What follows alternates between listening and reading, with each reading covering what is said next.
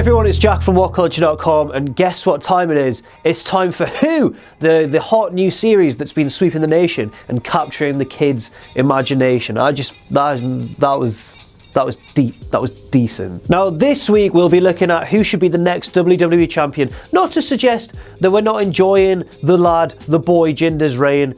Well, we sort of aren't.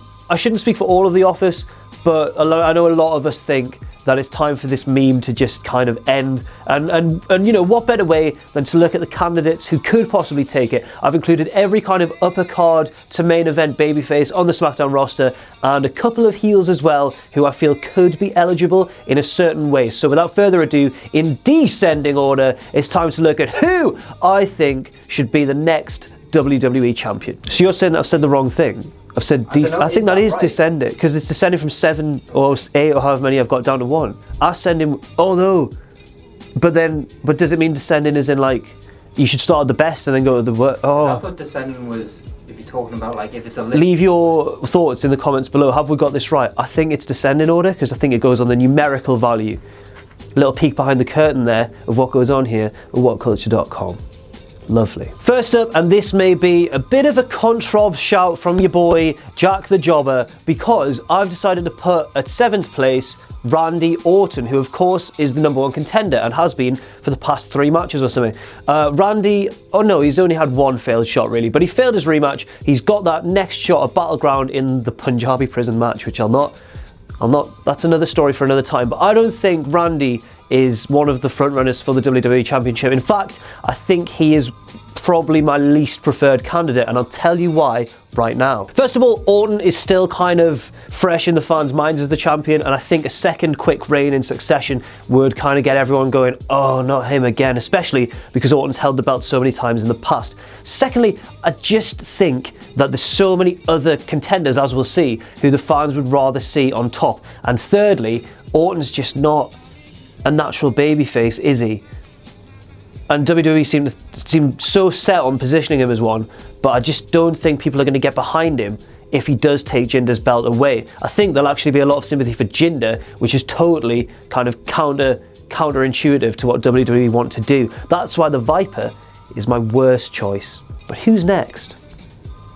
Let's find out. Next up, one of the 2 heels that I've included on this list, Rusev, because Rusev's been inactive for a while now, and we don't know whether he's going to come back as a heel. Maybe he'll come back as a surprise babyface, and what better way to turn him face than by having him defeat Jinder and take the belt, something that many fans have wanted him to hold for quite some time now. I think it's getting into like a couple of years that we've now wanted Rusev to hold the title, but at the same time, on the other hand, maybe Rusev is better as a heel, and it would be a bit jarring, especially since he's still been tweeting and stuff like a heel. It would be a bit jarring to have him suddenly come out like a conquering hero and just dethrone Jinder straight away. Maybe that would backfire, which is why he's kind of low down on my list. Also, another point, can you imagine WWE booking 2 heels, 2 foreign heels in the evil foreigner stereotype against each other?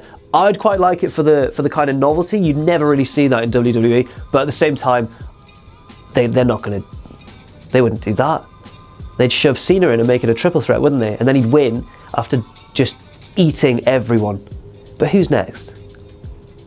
Let's find out. I've got to stop doing that. Next up is the other heel that I've included in the list, and I've got to get him in there because even though he's a heel, and it would be a bit weird to see heel versus heel, he is the current Money in the Bank briefcase holder, big lad Baron Corbin. Corbin's an odd one because I can totally see why he wouldn't fit. You know, everyone assumes he's going to hold on to the briefcase until the babyface has the championship, and then he's going to take it from them. And common sense would dictate that that's the right way to go. But in Baron Corbin's case, he's not really a traditional heel. He's kind of some kind of like other kind of on another plane of just not caring. He's like an apathetic heel. He's friends with no one. He's the lone wolf. He's not like Kevin Owens or someone who can, you know, align with other heels and scheme with them. Corbin is very much kind of like a third entity altogether in terms of heeldom. Then again, imagine Baron Corbin cashing in on Jinder Mahal. You'd get the big pop for a Money in the Bank cash-in, but I think the lasting effects of that would be very sort of underwhelming. You don't want Baron to cash in on Jinder, you want him to cash in on a sympathetic champion, I think. And that's why Baron's kind of low down on my list. But let's have a look now at some of the guys in the upper reaches of the list, guys who I really think I'd be quite happy with if they were to beat Jinder for the title. Maybe just people are enjoying discussions at the minute. Maybe they are. Maybe they don't like, you know, someone in a plastic crown just shouting nonsense. Just shouting absolute bullshit that means f*** all, mate. In fourth place, the phenomenal one, AJ Styles.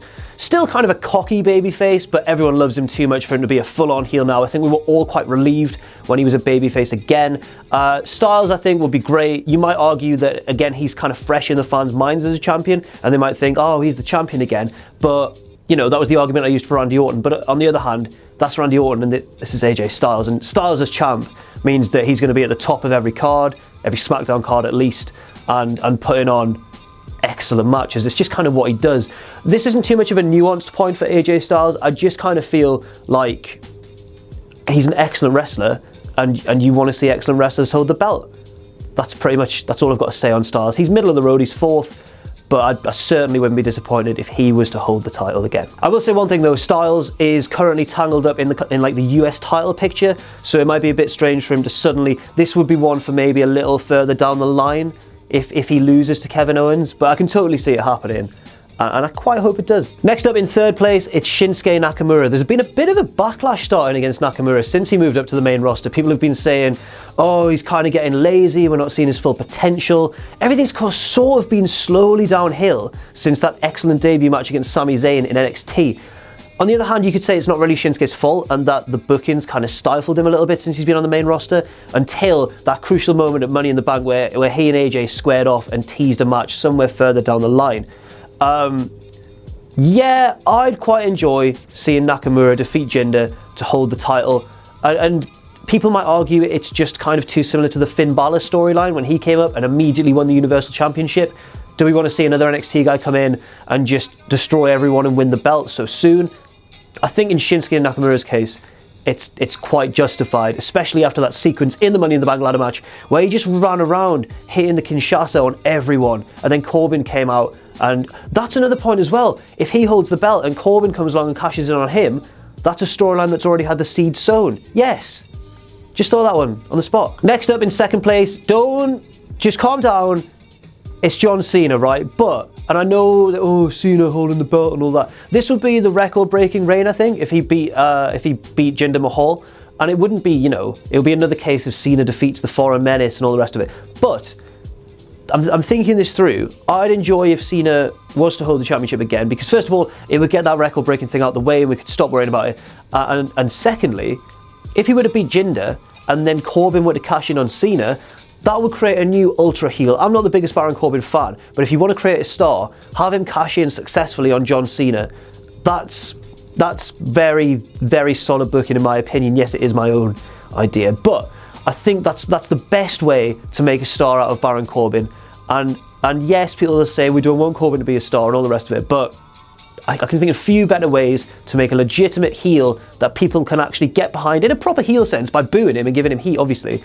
That's the best way in my mind that they could do it. So Cena is my second choice. And my first choice, and you've probably predicted this because I always talk about how much I like him as a wrestler and stuff. Do you know who it is? Can you think? Sami Zayn. Sami Zayn, he's number one. And I think he's an excellent wrestler. This is much the same point to me as the Cena one. If Sami Zayn beats Jinder, everyone will love it, and then imagine Corbin coming out, immediately cashing in. I don't think Corbin should cash in immediately on Cena, because that would dilute the record-breaking thing. That would have to be a few matches down the line. But in Zayn's case, proper Daniel Bryan kind of thing, Zayn finally wins the belt, immediately Baron comes out and ruins his moment, and then Zayn gets the big win back further down the line, maybe at Mania or something like that. I've just put Zayn kind of just ahead of Cena in this list for one reason only, really. Cena's held the belt before, and I just don't want to look back in a few years' time and think, man, Sami Zayn's one of those guys that never held the WWE Championship. And just to put my mind at ease a little bit, I just want him to get that first reign under his belt so that he can be regarded as like a legit main eventer, and we stop worrying about him being one of those guys who never ever won the big one. So that's all for this list, the Who list. I hope you enjoyed it. Leave your rankings if you want down in the comments below. Maybe I've missed someone out of left field who you think would be quite a good idea. Leave that in the comments below as well. Get some debate going. Don't call each other mean names. Don't be racist, sexist or homophobic. Let's just all have a lovely bit of discourse. We can all get along as friends. I've been Jack from WhatCulture.com. Richard Tubman behind the camera. And we'll see you soon.